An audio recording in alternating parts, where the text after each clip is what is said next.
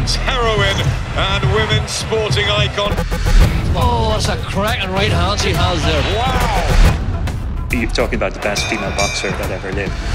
Katie Taylor is the champion of the Olympic Games. You know, what's gone on with her life, that's something we really have talked about. There wasn't a day where I didn't wake up thinking about the Olympics. Women's boxing at the time wasn't even allowed in the country. I had to pretend to be a boy to get fights. Pete was the sort of glue that held Katie together. We're like best friends, to tell you the truth. Rio Olympics around the corner and she was expected to win the gold medal again. Can't wait for Katie to win gold for Ireland. So only a few months out from the Olympics, the relationship between Katie and my dad started to become a bit more fractured. My dad was no longer someone who I could work with, really. The trust was broken. No club, no coach, and getting ready for the Olympic Games. She's beaten. Katie Taylor is beaten and out of the Olympic Games. Katie, give me your reaction.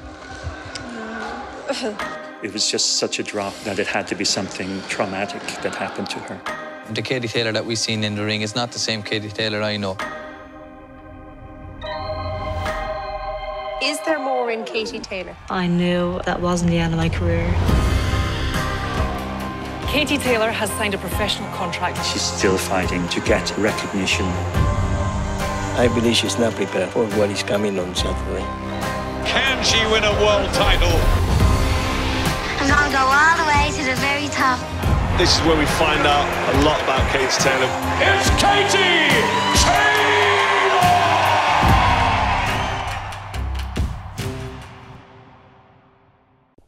I'm delighted to say we're joined by Ross Whitaker, director of Katie, the Katie Taylor documentary, which is out on Friday.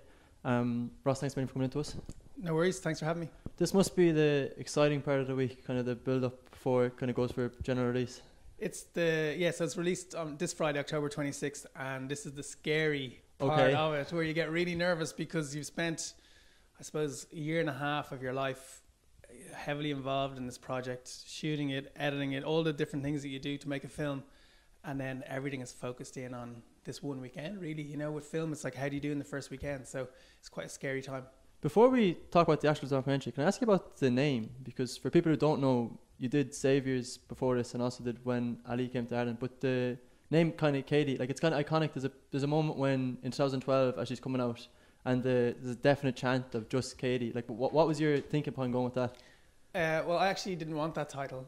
Okay. I got overruled by everyone else, but originally I actually wanted to call it The Comeback, because the story is very much about Katie's comeback from what was a terrible year in 2016, which culminated, as almost everyone would know, with her losing the Olympics in Rio. So to me, like, the engine of the film is really that kind of comeback story. That's what's so intriguing and fascinating about seeing, you know, the idea of seeing someone rebuild after a loss. But ultimately, lots of other people wanted to call it Katie, and including Katie. She preferred that title, so eventually I was overruled. But yeah, it's that sense, I suppose, of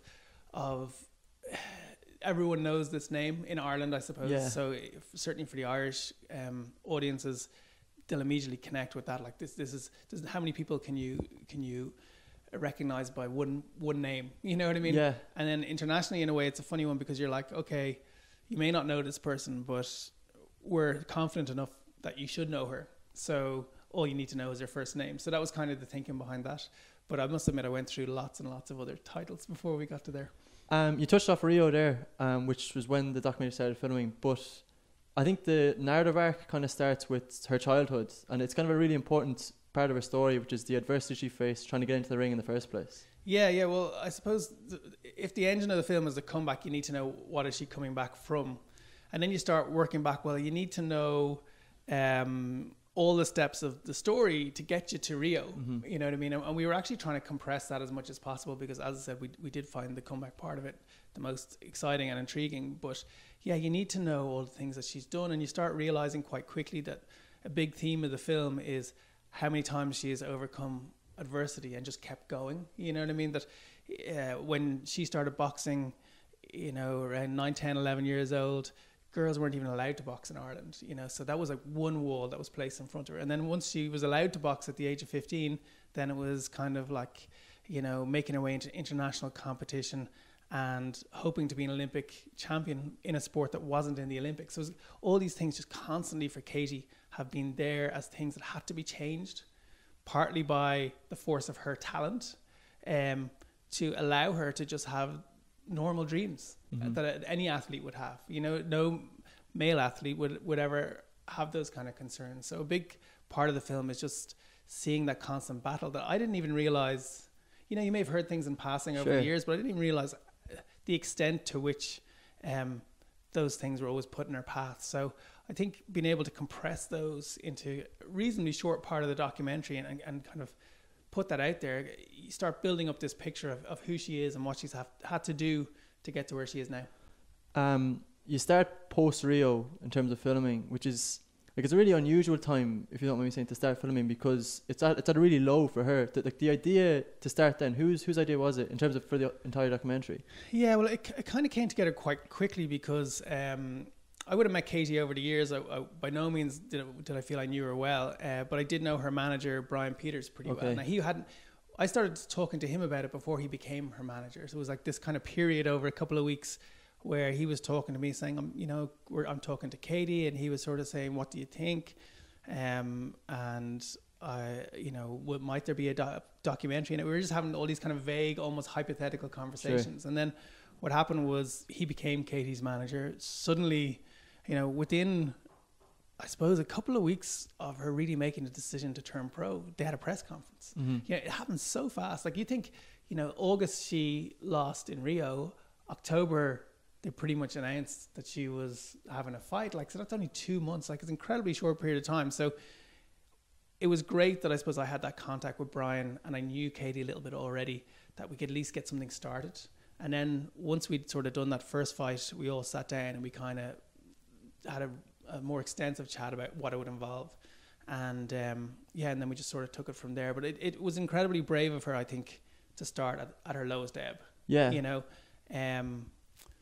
So I don't think I'm so happy we started them, because I just don't think you can get the story properly without that. Yeah. And when you were talking about what is involved with her, like the documentary really navigates some kind of difficult themes in terms of like her family or even her faith. Like, how important was it that is covered or included? Yeah, incredibly important. And that's the conversation that we had, is that we can't understand the success that you might have unless we see the low points, and actually, in fairness to Katie, she completely got that. Like, she's a very smart person, and she watches documentaries, she watches films. She knows that for the film to be any good, it has to be truthful, it has to be raw. And she said that in the first meeting as much as I did. But one of the things I suppose that was important to me is when I start out a project, I always have those conversations with people. I think it's incredibly important to be able to say to people, look, in the end, we'll make a story, but we have to include those low points, because if we don't have the low points, we'll never understand, I suppose, the diversity of people's experience. And I think Katie really got that, Yeah. And, in terms of in the moment, like how difficult is that when you look at, like, Katie comes across as very charismatic kind of throughout, but the only kind of real moment, especially when she's talking about her father, like, you can tell how kind of emotionally draining it is even for her, even at that time. Yeah, I mean, there's a few moments in the film, I suppose, where, like, I suppose you see the underlying feelings emerge, even if she's not even specifically talking about it, and even though there are sections where she is specifically talking about it. Yeah, really, really hard. Like, it's really, you say she's charismatic, and that was one of the things that really hit me when I started spending more time with her, is like, she's like so quiet, and yet she has this like immense presence, even in real life. And you're hoping that that's going to come across on screen. And it's so funny when you spend time with her and you start seeing people meet her for the first time. And every time people meet her, they're like, "Oh, hi, Katie." And within like 30 seconds, they're completely entranced. Like, there's something about her. I think it's just her intensity and the purity of her motivation. But when you're with somebody and they have these deep feelings, like if she's talking about Rio, and there's a moment in the film where she says, there's not a day goes past where I don't think of Rio, and maybe, which is like, it's eating away at me. My family tell me to stop thinking that way, but it's eating away at me. But you can see the depths from where that comes, like, and amazing for her to be so vulnerable on camera, I suppose. As someone watching it on, like, as a human being watching another human being, you just see how much it's hurt her, Yeah. And hopefully that really comes out strongly. And same when she's talking about, you know, her dad and what happened with her family, like, that's tough.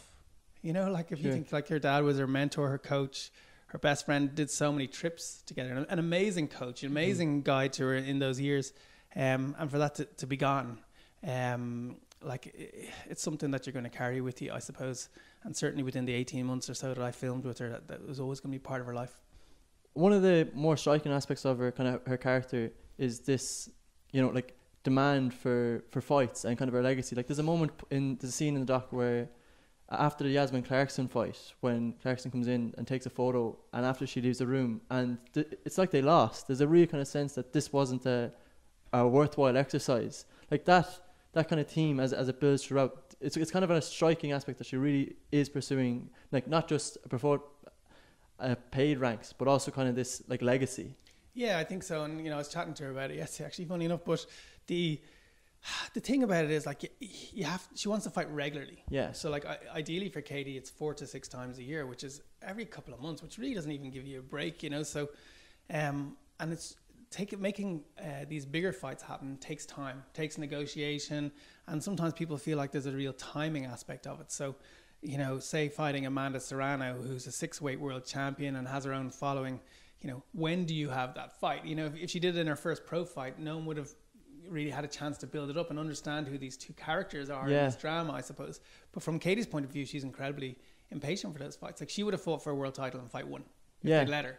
You know, and I think in retrospect, though, she's learned that the pro game is actually different to the amateur sport in terms of how you approach fights, whatever about publicity and all that kind of stuff. So she has been learning her trade, and I think they're ready, I suppose, to bring it up to the next level now and line up those bigger fights. But they're reliant on the opponents taking the fights too. I mean, there's huge fights out there for Katie. Like, you could sometimes, I sit down with Tomas, who works in her team, and we go like, we can map out 10 fights that we would be excited about. And some of these boxers, because people don't know female boxing, people haven't heard of them yet. But once they see how good they are, you know, they're going to see that there's some huge fights out there and I think if they all step up, and I think this is their moment, because there'll never be another moment where the money is right, all these things are right. We're going to see an incredible couple of years for Katie, and one that, all going well, will cement her legacy, I think, as the greatest. What do you think the documentary does for women's boxing? It's funny you talked about those fights, because, you know, Brian Peters has been very vocal about kind of maybe like the likes of Delphine Pursoon, or people who aren't necessarily that, you know, who keep demanding fights, and then when they try and talk to them, all of a sudden there's this kind of reluctance. Like I'm sure you're aware of it. I actually saw you challenge it on Twitter recently. This kind of undercurrent of kind of disparaging when it comes to women's boxing. Like as somebody who's worked with boxing documentaries in the past and now spent this time with Katie, where do you think that stands now?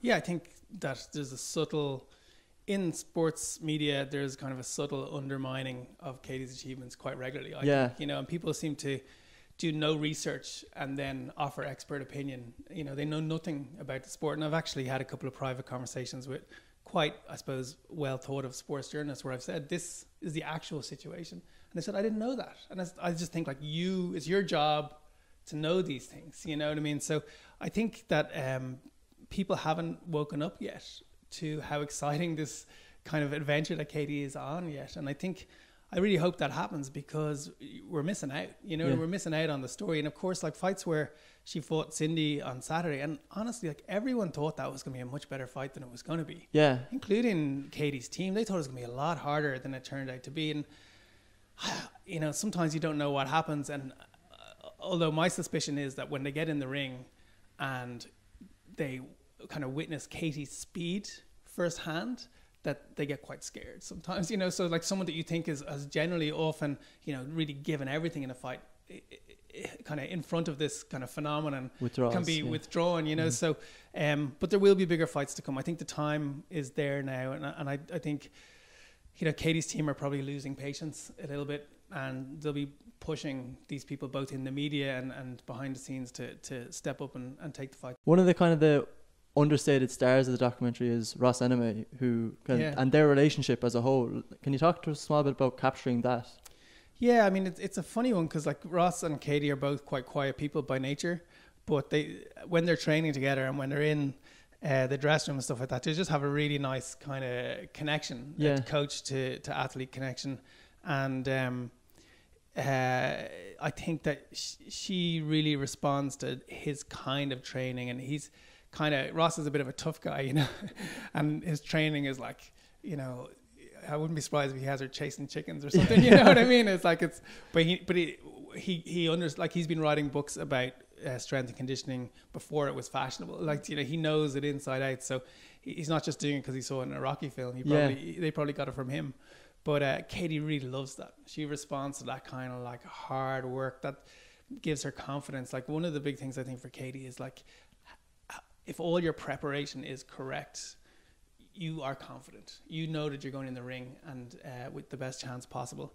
And I think Ross's kind of drive is like, you work as hard as you can within the bounds of your athletic ability, and that really works for her. So when she went over there first, I think all of those things put together, the fact that like on a personality level, they kind of match up a little bit, and then also like the hard work mentality, it just connected perfectly for her, and it allowed her to kind of get back into love with boxing. Because I think, you know, she'd kind of fallen out of love with it for probably a year. That's, I think, finally, that's a really important note kind of finish on, that kind of love of boxing. Like, that, one of the most striking things is her single-mindedness when it comes to boxing as a whole. And I was kind of wondering, you know, as the documentary finishes, one of the notes it touches off is the idea of what's she going to do after boxing. Like, it's funny you mentioned that her team is now impatient.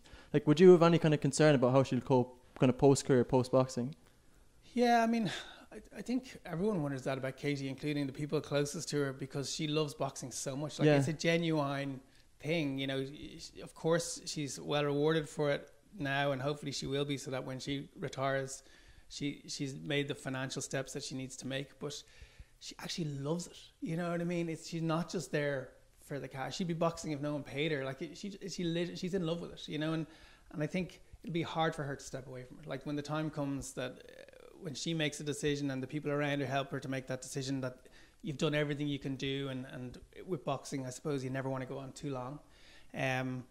I think it'll be difficult for her to make that step, and she hasn't really thought too much beyond that, is what she says. You know what I mean? Anyway, but personally, like, I've seen her.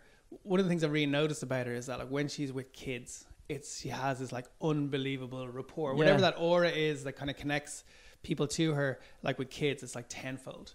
And with her to them too. Like, she loves to encourage kids, and like that's a big part of her, I suppose, pro and amateur journey, is like, if I can inspire other people. And we've seen that with the results of some of the young female boxers who've done so well for Ireland last week. But that's a big thing for her, and whether or not she's interested in doing that, I don't know. But to me, it just feels like such a natural thing that Katie could be such an amazing mentor for future generations of athletes, you know. And I think that she'd actually get a lot from that. I think that's a nice note to finish on. Ross, thanks a million for coming into us. No worries. Thanks for having me.